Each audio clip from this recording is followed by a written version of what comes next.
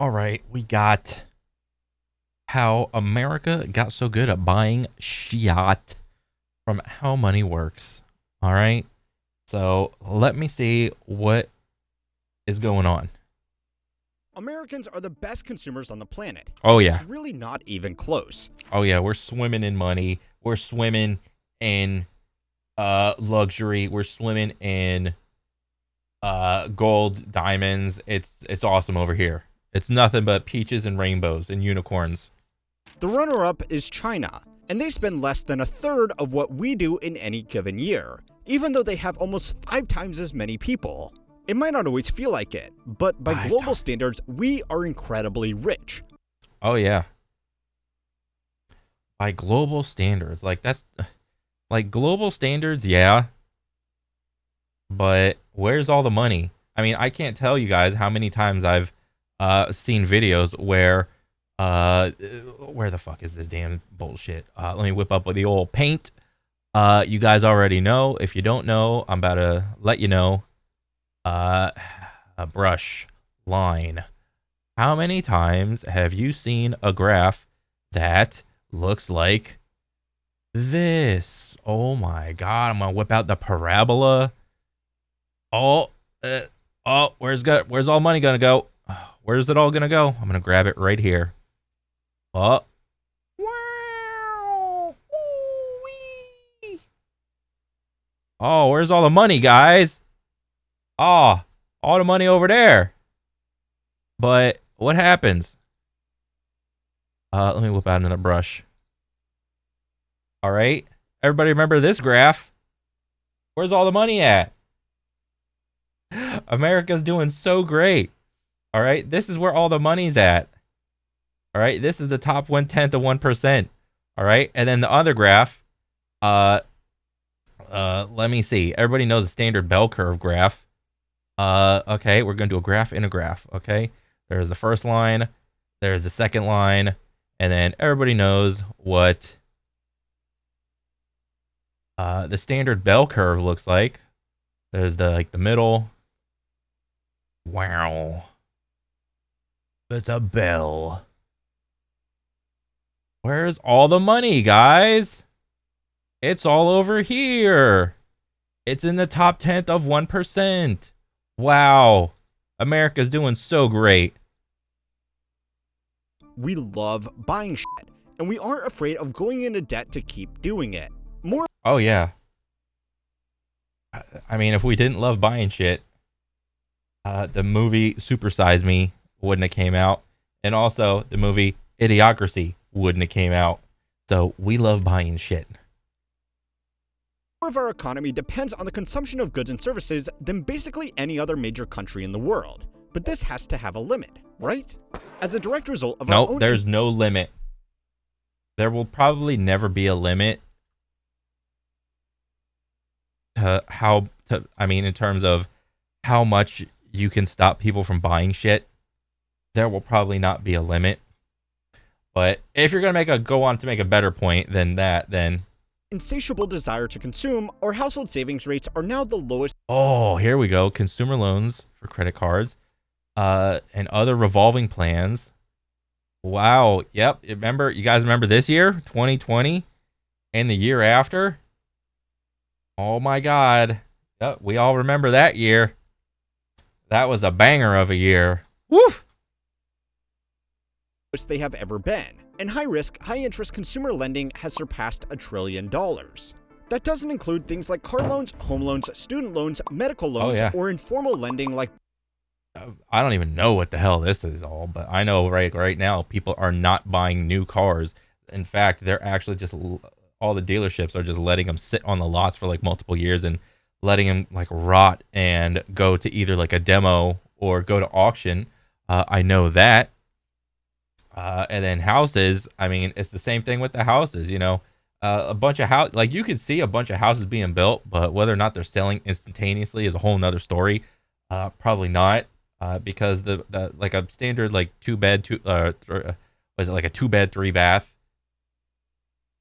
I mean, it goes for what,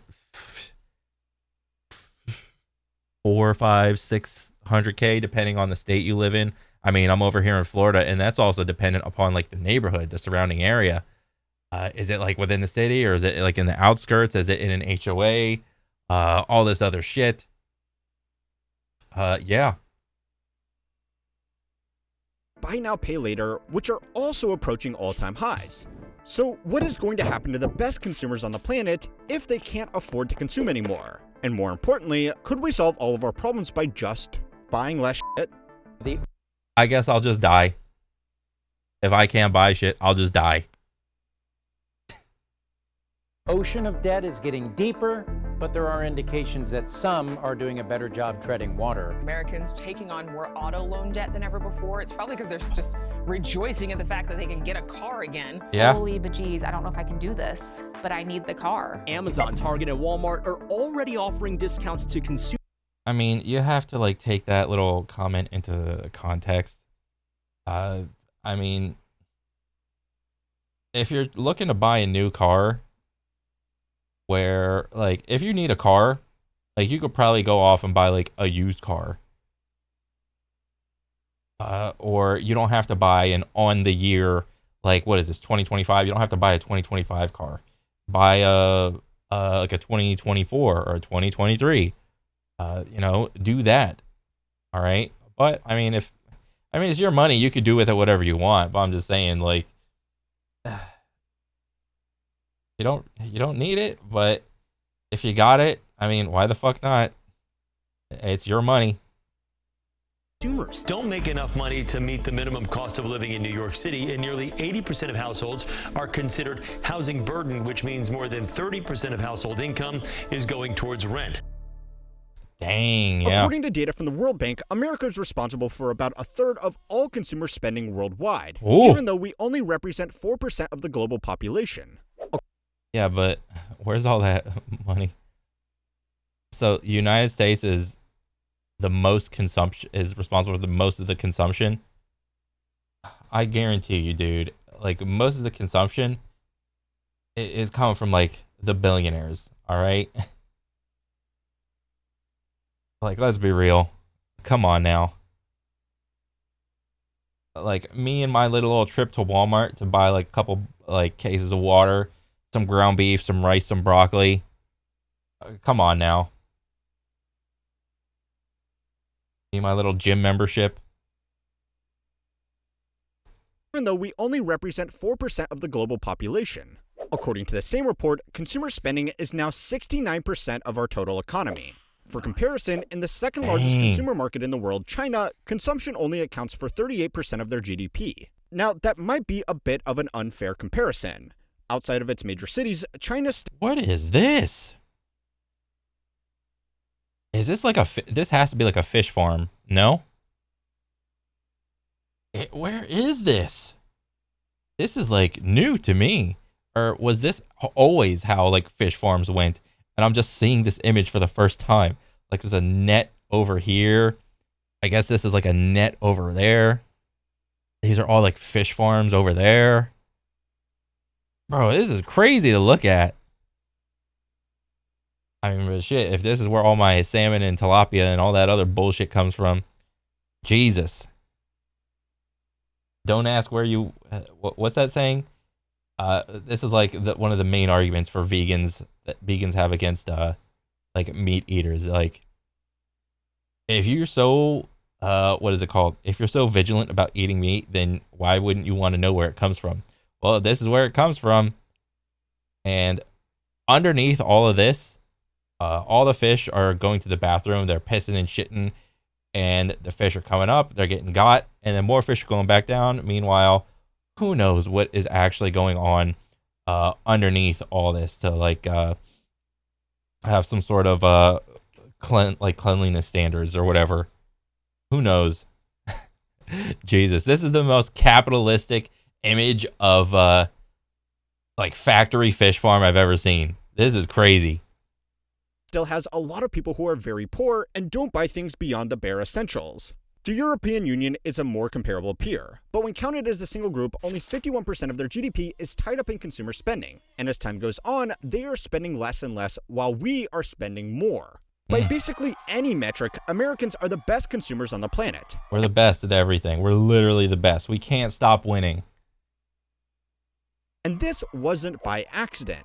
After the Second World War, America had a problem. The industrial juggernaut we had built up to fight the war in Europe and the Pacific no longer needed to make planes, tanks, ships, and munitions for the war effort. Oh, shit. After the Great Depression, the government really didn't want to let these factories go idle. So it continued policies first pushed by the New Deal to encourage consumer spending to give those factories and their workers something to feed. The problem suddenly became that the market was saturated with goods and services, and there was presumably a limit to what people would buy. It was at this point that modern Mad Men-style advertising became a thing, as companies now needed to create demand rather than just catering to the demand that already existed. A not-so-fun fact is that a lot of the men that honed their craft creating propaganda for the First and Second Oh my god, like, this is marketing at its finest, dude. Together we can do it. Keep them firing. Holy crap, dude. If you were to come out with an ad like this nowadays, it would be, like, absolutely ridiculed by, like, half the country. Holy crap. Labor and management. Blue collar and white collar coming together against the bad guy. Holy crap. I wasn't even alive for this type of marketing. This is crazy. World War. What's this one? Stamp out black markets with your ration stamps. Pay no more than legal prices. Okay, so what's the implication that prices have like a little artificial market adjustment rate to go along with them? But, I'm super poor. I got the food stamps, so go fuck yourself. Market adjustment rate. I got the stamp. This is... Dang, dude. Food stamps are marketed like this. It's all about EBT now. It's like, oh, we accept EBT. Pivoted to advertising where they could use their skills to sell products instead. Oh, what was that? The Coke one? Let me see the Coke one. Coke follows thirst everywhere. Let me see this. On the move of the Camp PX. A stop at the... Okay, I can't even read this. It's bad. Products instead of selling the They got the cigarette one. nation's war efforts. The historian Sugar, Kenneth Jackson noted in his book Crab Yeah, I Grab thought we were about to go back to that with what's his face in charge of health now. Frontier that the year after the war ended, there were only 8 self-contained shopping centers in America. Most purchases were still done at local standalone stores that catered to the essentials for everyday life. Just 14 years later... Oh shit, this is before Walmart. Though, at the start of the 1960s, there were over 4,000 shopping centers across the country, all vying for their sweet, sweet consumer dollars. At this time, most of the other major economies around the world had the more immediate problem of rebuilding their factories and infrastructure that were destroyed during the war. Only after that did they have to start worrying about what to do with their extra industrial output. This gave America a head start in consumerism that has been hard to catch up to. So that's the incredibly brief story about how we got here.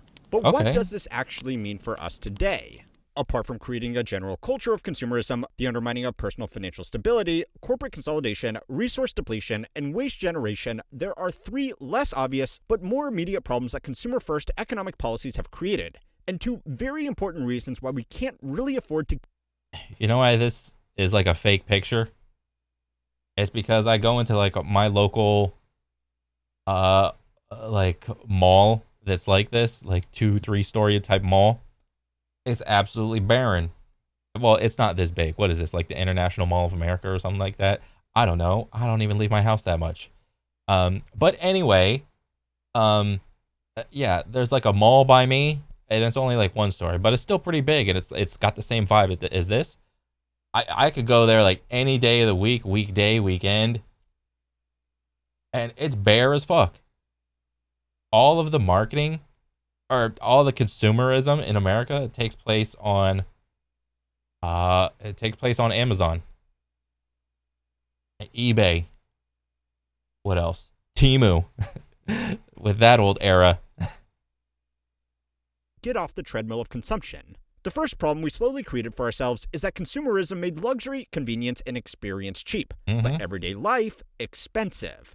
The optimization of industry, combined with globalized trade, finance, and shared expertise, has made consumer goods incredibly cheap by historical standards. Adjusted for inflation in the 1960s, an airline ticket from New York to Europe would cost $6,000. A fridge, $4,000. Wait, what? Standards. Adjusted for inflation in the 1960s, an airline ticket from New York to Europe would cost $6,000. An airline ticket costs $6K? That's insane. A fridge, $4,000. Okay, this is, I mean, but this is still like pretty, it's like a higher end fridge, if anything, by like today's standards. I mean, shit, like I had to just recently get a fridge because my last one broke and I ended up paying like, was it like $1,600 for like a stainless steel, like double open door one. And I got the little freezer drawer thing. So I was like, oh, nice. But damn. A massive 21-inch color TV was A massive. How are you gonna show me this picture and it's gonna be massive 21-inch? I mean, I get it. It's the times. 21-inch tube overall diameter. Wait, they measured TVs in diameter as opposed to diagonal? But then again, it's understandable. But like, what diameter? From top to bottom or left to right? Or did they do it from like, you can't really do it like corner to corner. Pull, push, on, off, the stay set, volume control. So I didn't have this type of TV.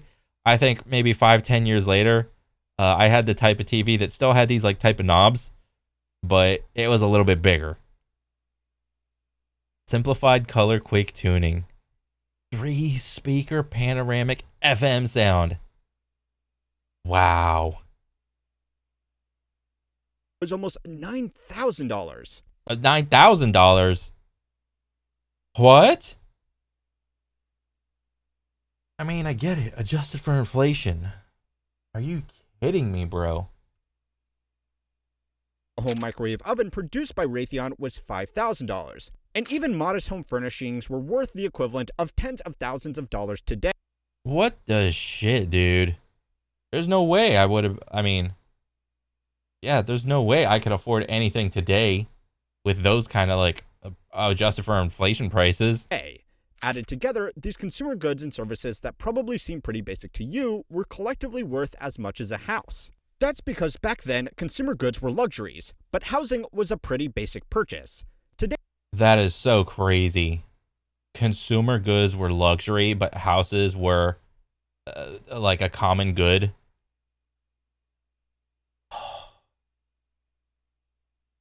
So, like, I mean, today it seems like it's backwards. Like an actual house that you're buying and living in and owning for like the rest of your life. Well, not rest of your life, but like, you know, 30 years or whatever. That's like a luxury thing. Today, global industry has made consumer goods extremely cheap, but constrained resources like land very expensive. Constrained resources like land. You could go on an extended European vacation, buy the latest array of electronics and home appliances, and probably spend less than a few months' rent. All of these goods combined wouldn't add up to a... Yeah, but I'm still not gonna, because at the end of the day, it still costs money that I don't want to spend. ...down payment on a home in most cities, let alone an outright purchase. Now, hot take alert, but a lot of this stuff is actually pretty great. Fridges, washing machines, and modern computers do... Bro, is this the same fridge that I have?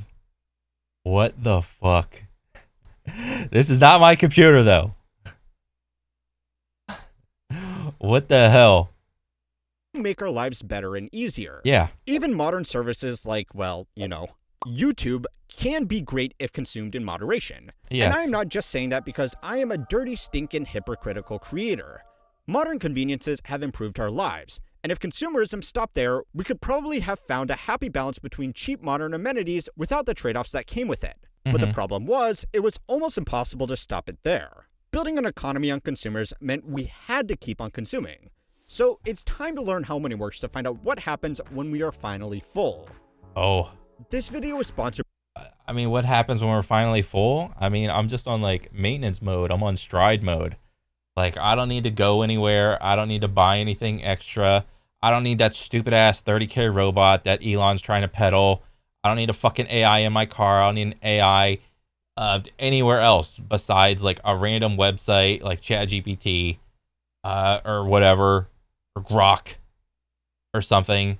I don't need I don't need a fucking Cortana built into my little neuro network chip that I have in my brain. All right. I don't need any of that. By Grammarly, your AI writing partner that helps you write faster and more effectively with high-quality suggestions. You may know Grammarly as a spell and grammar tool, but it goes way beyond that. It integrates seamlessly with your favorite apps. Hey, that's the files that we were supposed to get. Whenever Trump was doing the little executive order doodads. Who actually shot him? Professionals communicate more clearly and confidently and works where you do. Whether you're drafting emails, writing proposals, or even scripting videos, Grammarly's AI features help you go from draft to done fast. No more endless rewrites or second-guessing your tone. For me, writing professional emails used to take forever, but with Grammarly's AI suggestions, I get real-time feedback that helps me sound polished and professional without the stress.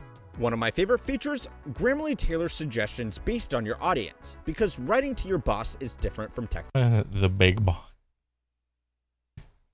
Your friend. Grammarly is completely free to try. Just sign up and download using my link in the description. Alright. It's the easy and trendy thing to write off consumerism as just a generically bad thing. So, I mean,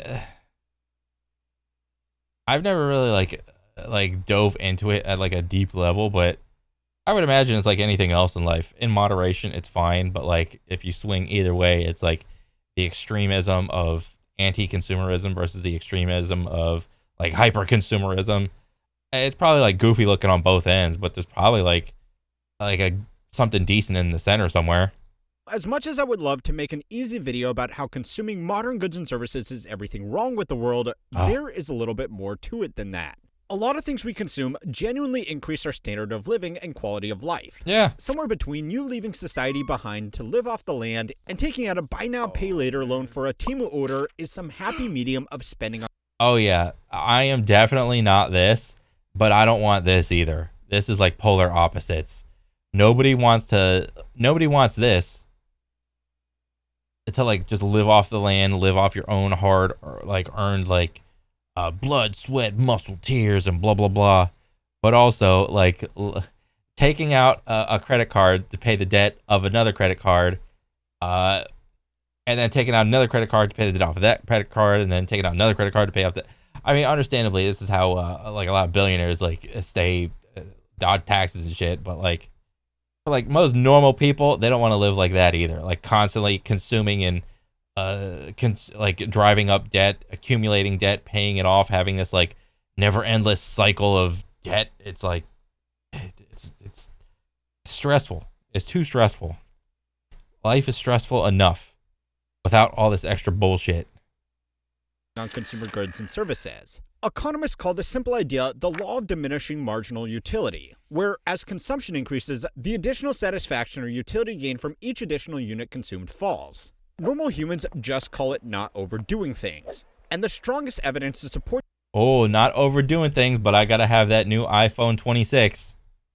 And look at this dude just camping out for the new iPhone. I mean, again, guys, it's your money. You can do with it whatever you want. the idea that we are overdoing things is that consumption is actually surprisingly equitable. According to data prepared by the U.S. Bureau of Labor Statistics, the lowest quintile households spent approximately $1.37 trillion on personal consumption in 2022. The top 20% of households, on the other hand, spent just over $6 trillion. This still means that the wealthiest That's a lot of dollars. Households are spending more than 4 times as much on consumer goods and services as the poorest households. But that's still relatively... Wait, what was that? Let me hear that again. Percent of households, on the other hand, spent just over $6 trillion. This still means that the wealthiest households are spending more than 4 times as much on consumer goods and services as the poorest households. Okay, so what I said in the beginning was correct. All the richest households are spending way more than the poorest households. But that's still relatively equal considering that the top 20% of households... Relatively equal? I mean, I guess. I mean, not I guess. I mean, it just is. But, I mean, you could just see, like, However, you could just literally go around and take a tour of every state. Like the quality of life around the city is great if you have money. But if you don't have money, it sucks to be in the city. That's why you see so many homeless people in the city and never any homeless people out in the middle of buttfuck nowhere. Earn more than 14 times as much. So, what does this tell us? It shows that for most people, there is a basic level of consumption that is needed to live a normal life. Yeah. And especially here in America, there are certain expenses that are really hard to avoid. The minimum amount of money to live like the most averagest of average lives. I think, I don't know the number, because it's going to vary from state to state, obviously. But whatever that point is, the goal of every business is like a live service video game. There's like an end point in a game, like an end version build. And what's the goal of the developer? Well, the goal of the developer is to extend playtime as long as humanly possible so that the player keeps on coming back and playing until and to prolong that endpoint that the player has. Like in World of Warcraft, you have all your end level, like, oh, this is the best item for this slot. I got the best helmet, I got the best boots, best gloves, best weapon. The goal of businesses is to prolong that endpoint. They want you to come back and keep playing the game of life. They don't want you to go on stride mode, maintenance mode, because once you reach that, you're not going to keep on spending as much. According to the report, the biggest cost for most people was, unsurprisingly, housing. Housing can't be mass-produced in a factory on the other side of the world like most consumer goods, so it's become really expensive. We have already covered that problem. Transport was the other major cost for most households, as in most parts of the country, you need a car to get around. Yeah. And for low-income households, that is a serious financial commitment. Oh, yeah. This can also be traced back to the consumer boom of post-war America as lobbying from the automobile industry to build car-friendly cities, and the mass adoption of remote single-family suburban development. Wait, what's a car-friendly city? What does that mean? Like a city that... I mean, if you build a car, what is a car-friendly city? Does that just mean a city that has roads in it that allows for the use of cars in it? I mean, that's kind of like the opposite, because if you have a city with like some residential stuff, but you got a bunch of businesses and it's all really close, isn't that like, don't you really like not really need a car? That's why they invented sidewalks and like public transportation and bicycles and stuff like that, and like little electric bikes nowadays. I don't know, maybe I'm like misunderstanding.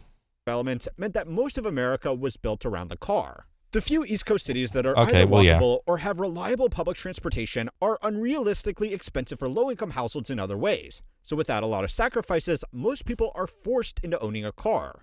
Personal spending on healthcare is also a uniquely American budget item that pushes up our numbers without really delivering. Oh yeah, like, bro, healthcare? Bro.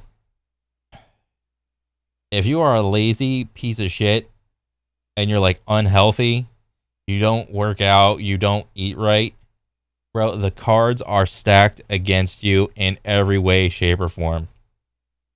Outside of like things like dental, like you're just born with like messed up teeth and you like need braces or whatever, or just certain like genetic things that you were just born with and you need some sort of corrective thing to help you out. Yeah, but like general health of like, bro, like if you're not taking care of yourself, I mean, you're just asking for like a catastrophic incident to happen. Or not even catastrophic, but like diabetes, obesity, the DVT, what else? Just like high blood pressure, a bunch of fucking medical shit, dude. I mean, why is America like one of like the fattest countries in the world? Yet we still somehow find a way to take home a shitload of gold medals in the Olympics. That pushes up our numbers without really delivering results any different from those godless freedom-hating Europeans. Either way, it's easy to blame consumerism on consumers, but a lot of these expenses are extremely hard to avoid, even if people don't have the money to pay for it. According to the same report, this consumption of the bare essentials meant that the bottom 20% of households were spending $727 more than they made after tax every year. Oh, shit. Now, you might be wondering, how can a household spend more money than it makes every single year? The answer is debt, of course, but also the people in the bottom 20% change every year. If someone loses their job and it takes them a while to get work again, they may end up in the bottom 20% temporarily until they find a new job and jump back up to whatever income bracket they were in before. This means that they will go through their savings or rack up debt to keep themselves functioning, but they should be able to recover once they are back on their feet. An inconvenient side effect of this consumer-driven debt is that people in debt also make for better, more motivated workers because they need to work or else.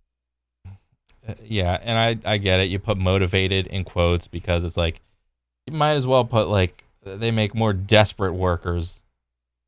Honestly. They're desperate. They're not I mean, yeah, they are motivated, but like, they like the quality of life that they had of like, just being able to, I don't know, go home to like at least an apartment or something, or maybe like just living in your car at least. I mean, nobody wants to be like homeless, for fuck's sake. But even something as small as like having your own car that at least you can live in, like a smartphone, to have internet access. Jeez. Studies by the National Institute of Health found that workers with high levels of debt were less likely to change jobs, more likely to work unpaid overtime, and less likely to make demands for better pay and benefits. Now, even if you're... That seems pretty true. Because if you have this like black cloud of debt over your head and you know it's in the back of your mind at all times, it's like, oh shit, I'm kind of shackled down here. I can't really do anything else. Can't really make any big purchases or whatever. I'm stuck here. Yeah, I get it. That shit sucks, man. Responsible with your borrowing, it can be really hard to maintain modern living standards as more of what we consume transitions to being subscription-based. Oh yeah, the whole subscription-based thing. But you know, I don't like, a lot of people have like different opinions on like what a modern living standard is. I mean, you could go from like bracket to bracket of like people that make different types of income, like 20K, 30K, 40K, 50K, all the way up to like 100, 120, 140, 160, whatever the increments. Like the standard of living and like all the costs that people have at these different levels are just so different. And who's to say that, you know, the shit down here is a necessity while the shit up here is like more or less like a luxury. I mean, that's always going to be up for debate, up for argument, whatever. Even if you... I mean, but like you could easily just defer to like, what's this thing called? Like the Maslow's hierarchy of needs. I spelled it wrong, whatever. What is this? Like, or no, this is like the emotional thing. What's like the thing where you need like oxygen, water, food, shelter? What am I thinking of? Or is this it? Safety needs. Okay, it is the thing. Okay, I looked at the top first and went down, but like, okay, air, water, food, shelter, sleep, clothing, reproduction, safety, security, employment, resources, health, property, friendship, intimacy, family, sense of connection, respect, self-esteem, status, desire to become the most that one can be. I mean, this is like a basic overview, which is fine. But, you know, within each tier, you know, there's like some gray area. Everything is like up for debate, more or less. do save diligently for purchases, sometimes it's not even possible to pay upfront anymore.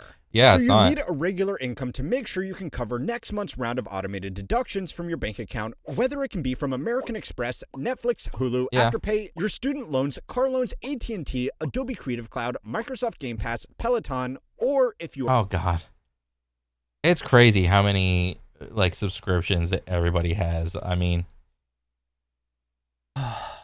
what's that one app like Rocket Money? I bet they have like all the stats of like everybody in America and what are like the most subscribed things are.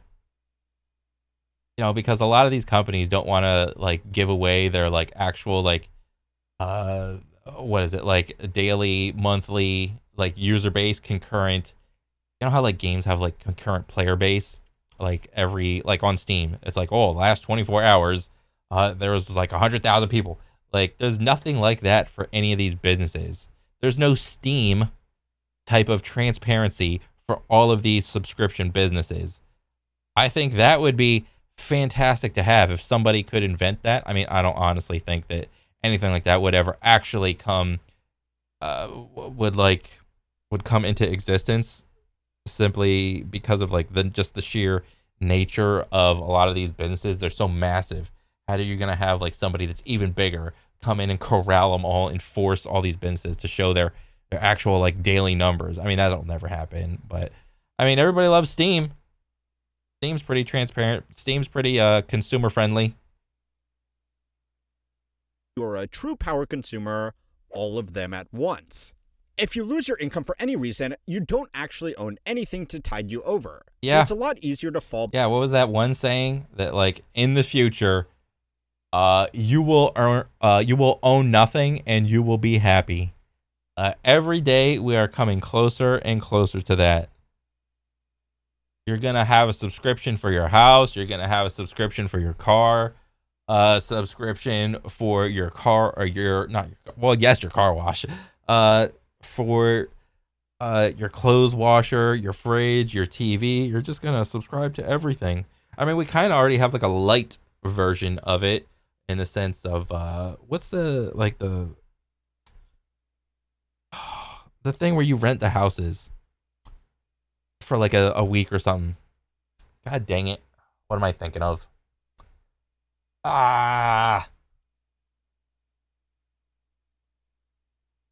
Whatever. Behind a lot faster. Now, the bad news is that as jobs become less secure, regular layoffs become the corporate norm, and work becomes less formal, most people are going to experience this fun little financial roller coaster at some point in their life career. Data from the Fed showed that at the height of the pandemic-era stimulus, the fastest-growing share of retail consumer spending came from low-income earners. This was simply because stimulus checks let them make purchases that they weren't able to afford. Stimulus checks, bro. In that 1 year, everybody only got like one stimulus check, and it was for like, what was it, like $1,500? I mean, yeah, that's fine and dandy, but like, and it helps like a little bit. But what was going on before that stimulus check came out? And we're talking about the lowest income of earners, so like the bottom 20%. They were just struggling to get like basic shit, like food. Before. Since then, growth in spending from high-income earners has more than Oh, but wait. If we look at the chart, low income is anywhere from 0 to 60K. Okay. doubled that of low-income earners. Companies have seen pandemic-era wealth accumulation and gone upmarket on most of their items, catering to the group of consumers that still has purchasing power. So if anybody really has the power to stop their consumption, it's high-income earners. And on an individual level, that's probably a really good idea. Oh, if we want change, it's going to have to come from the top down. Last time I checked, that's not going to happen. There was like one instance that I can recall, and it's probably not even related, but kind of related, but not really. That one time, that one Nintendo CEO actually took a pay cut because the whole company did bad that year, but he wanted to maintain all of his current employees, so he just took a massive pay cut and just let everybody else continue to make the same amount of money. And he was just like, yeah, it's fine. That was like the one instance that I can remember of like a millionaire, billionaire bro being like the good guy. A report by the Wall Street Journal has found that the US economy as a whole now depends more on the spending habits of the top 10% than ever before, because they are the only ones that can reliably afford. Wait, let me read that again. The US economy depends more than ever on rich people, just like in live service games, just like in pay-to-win games. All of the free players have to depend on the massive whales for the game to keep running. Wow, real life is just what is it? Real life is just mirroring what we see in video games yet again. If you want your immersion in video games, literally just play any live service pay to win type game. Voila, you are the most immersed person. Holy. Or before, because they are the only ones that can reliably afford high margin non-essentials. In such a consumer. This is like a funny image. It's like all these what, like exotic cars, but it's like, where the fuck is this? Is this like a wine vineyard or some shit? What is this, like a moonshine thing right here? Essentials.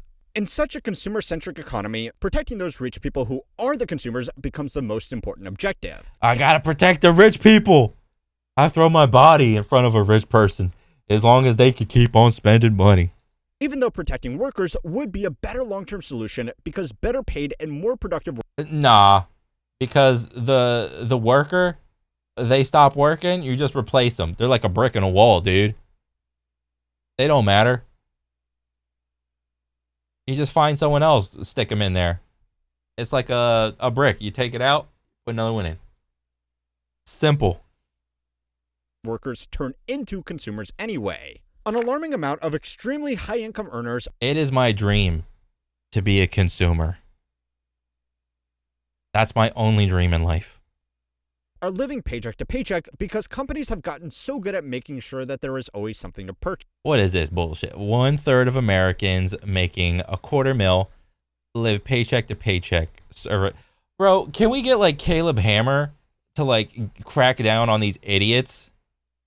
If you are in this group and you are of the 33% that is struggling paycheck to paycheck, you're an idiot. You are 100% an idiot. Go on Caleb Hammer, have him roast your stupid ass spending habits, and yeah, you'll get your 15 minutes of fame that you so longingly need alongside it, and yeah, he'll fix your problems. Holy shit. This is surprising to me. I mean, if you think like 1/3 of these people making bad decisions is hilarious, let's look further down and see like how much the percentage either gets bigger or smaller, like the lower we go. Like, what do you think? Like, if we go like less, like to the lower brackets, like what was like 60 to like 100K, does the 33% get bigger, like to 44% or 40-50%, or does it get smaller, like 22% or something like that? I'd be curious. Do another study, Bloomberg. Advertising and marketing have grown in line with consumer spending and now by themselves represent as much as 5%. Ooh, that's a good graph for big business. Number go up. Ad spend in the US 2018 to 2026. Spending more on ads? What is this? What's this number? Of GDP, and the formula has been perfected over the decades. So yeah, a pullback in consumption, especially imported low-quality goods, is probably a good idea as an individual, but on a nationwide level, it could get very scary. Our status as the biggest consumer market in the world gives us a lot. I was the Mall of America.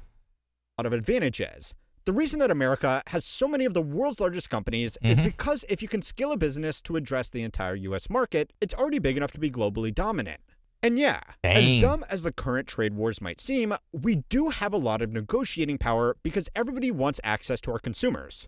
The American economy has been growing much faster than most countries in Europe, and even now most countries in Asia. But more of that than ever is just fueled by consumer spending of increasingly expensive goods and services. It doesn't help that a lot of this spending has been fueled by debt in some variety. Consumers are also fickle beings.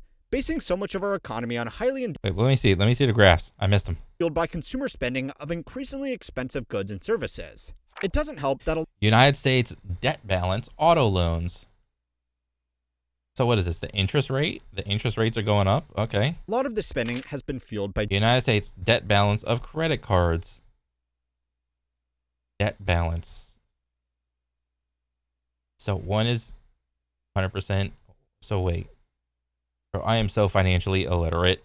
debt in some variety. Debt balance of student loans. So what? The higher the number, the worse? Is that what I'm understanding? Consumers are also fickle beings. Mortgages. Basing so much of our economy on highly indebted consumption means that if people get scared all at once about even the possibility of a recession and decide to be a little bit more careful with their money, I live like there's going to be a recession tomorrow. That is how little I spend. Kind of. On certain things. But like, bro, how old's my car? I think my car is like 5 years old. I still don't even have 20K miles on it. That's a W for me in my pocket. I love it. that will cause a recession. Eventually, debt can only get us so far, and to be reliable consumers, we need reliable incomes. Unfortunately, the last real problem with this is that a growing share of this consumption is being provided by a rapidly shrinking share of suppliers, which is going to make issues like consumerism almost impossible to unravel. Go and watch this video next to find out just how concentrated our economy has become. Ooh. And make sure to like and subscribe to keep on learning how money works. Most people don't realize just how concentrated the economy has become. I mean, yeah, you kind of outlined it in this video. But, dang, another banger. This is great. I love these videos, man. Keep coming. Man. Another good one. Okay. Yeah, I mean, we're good at buying shit. That's a great title, dude. But, yeah. That's pretty much it for me. I'll catch you guys on the next one. All right, later.